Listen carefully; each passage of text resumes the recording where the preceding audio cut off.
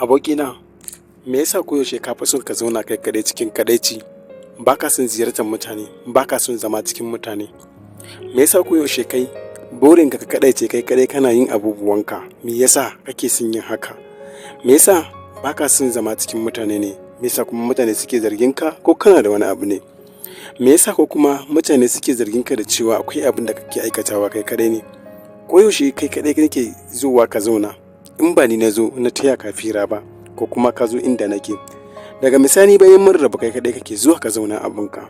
Ban san menene yasa hakan ba, kuma wannan lokacin ne na ganka haka. A baya ai ba haka kake ba. Shin ko za ka iya faɗa min menene damuwar ko kuma menene silar hakan? Abokina kenan, kar ka damu da zancen mutane, ka damu da damuwar da baka kuntatawa wani ba kuma baka ci zarafinsa ba. Zama cikin mutane ko kuma rashin zama cikin mutane ba shi zai hana mutane su zage ka ba. Wanda ma kai da shi ya zage ka, balantana wanda baka yi da shi ba kuma yana jin haushinka. Ni fa a wannan rayuwar ba komai nake dauka ba da muhimmanci fiye da yadda zan dauki cewa shin menene rayuwa kuma me ya rayuwa take nufi. Idan zaka biye ta mutane, abokina, to komai ba za ka yi shi ba, kuma komai ba za ka aikata shi ba. Ita wannan rayuwar ba komai ba ce. Shi yasa koyaushe nake zaunawa ni kaɗai, ina tunaninta kuma ina nazari a kanta. Kadaicewar da kaga ina yi, ina kadaicewa ne bisa ganin cewa hakan shine mafi dacewa. Shiga cikin mutane abu ne da yake da matukar muhimmanci, na san da wannan. Ni dai hakan bai burge ni ba, domin hakan bai gamsar da ni ba. Na fi da so ni dai koyaushe na zauna a cikin mutane. Da abin da aka faɗa kunne na ya jiye mu, saboda ni gani nake hakan shine dacewa. Amma a ce wai abu ban ji ba, ha ba, zan bai yi ba, ai ba wayewa ba ne. Haka kana yin rayuwa kamar mutanen da Allah ka fito mai dinga yin rayuwa ta zamani. Ga zamani ya zo da komai, kuma kana ganin abubuwa ga suna ana yi yayin da ake so, amma wai kai wani keɓance kai kaɗai kullum ka zauna kamar wani malami. A ba da Allah, wannan ba wayewa ba ce. Kar ka ɗauki zamani wani abu mai ɗorewa, domin rayuwar ma ita kanta ba ta ɗorewa. Dan uwana, ka fahimci wani abu guda ɗaya, kai abokina ne, shi yasa na faɗa maka wannan sirrin da yake cikin zuciyata. Banda kai abokina ne, ba zan iya sanar da kai ba, kuma ba zan saurare ka akan abin da ka zo min da shi ba.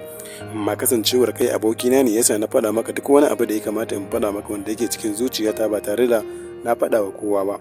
Bana duba zagin mutane ko wani abu makamancin haka, domin na san cewa kowace rayuwa da akwai abin da take so da kuma akwai abin da take marari. Kai dai kai ka tsaye da gaskiyar ka, sannan ka rike kanka da kuma rike mutuncin kanka, sannan ka kiyaye abubuwan da ka san cewa cutatarwa ne a gurin wasu. Wannan iya abin da na san zan iya faɗa maka a yanzu kenan. Ni bana duba zamani, sannan bana duban abubuwan da ake yi, domin ba sa burge ni, ba su ne a gabana ba. Rayuwata nake so na san menene abin da zan yi wanda zan dace duniya ta da lahirata.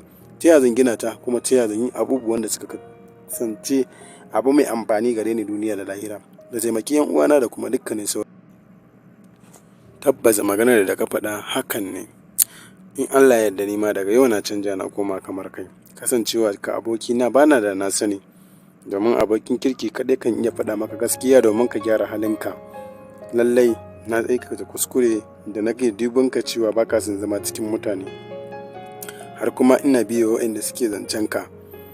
Amma daga yau babu wanda zai ƙara jin zance na irin wannan daga gare ka. Insha Allahu koyaushe zan kasance kamar kai, kuma ba zan ƙara nisantar ka ba kamar yadda nake nisantar ka na duban cewa baka son zama cikin mutane.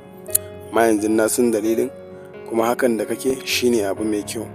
Don wannan duniyar ba mun zo ta wasa bane, ko mun zo ta zama, ko mun zo wani abu, face mu yi abin da Allah ya aiko mu yi, mai abubuwan da ya kamata domin gina rayuwarmu cikin inganci da kuma dacewa, domin mun san cewa duk mai rai mabacci ne, kuma abin da ka shuka shi za ka girba.